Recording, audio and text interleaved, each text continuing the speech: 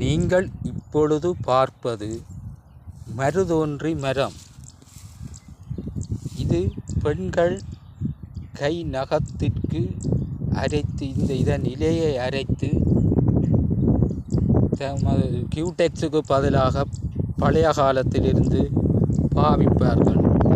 இது மிகவும் இயற்கையான முறையில் இருப்பதால் கைகளுக்கு எதுவித சேதமும் அல்லது தீமைகள் அல்லது நோய் தொற்றுகள் ஏற்படாது.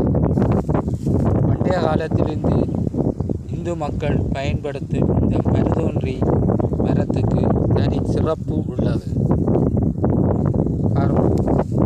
இயற்கையான முறையில் வயலுக்கு பக்கத்தில் வளர்ந்துருக்குது பாருங்க.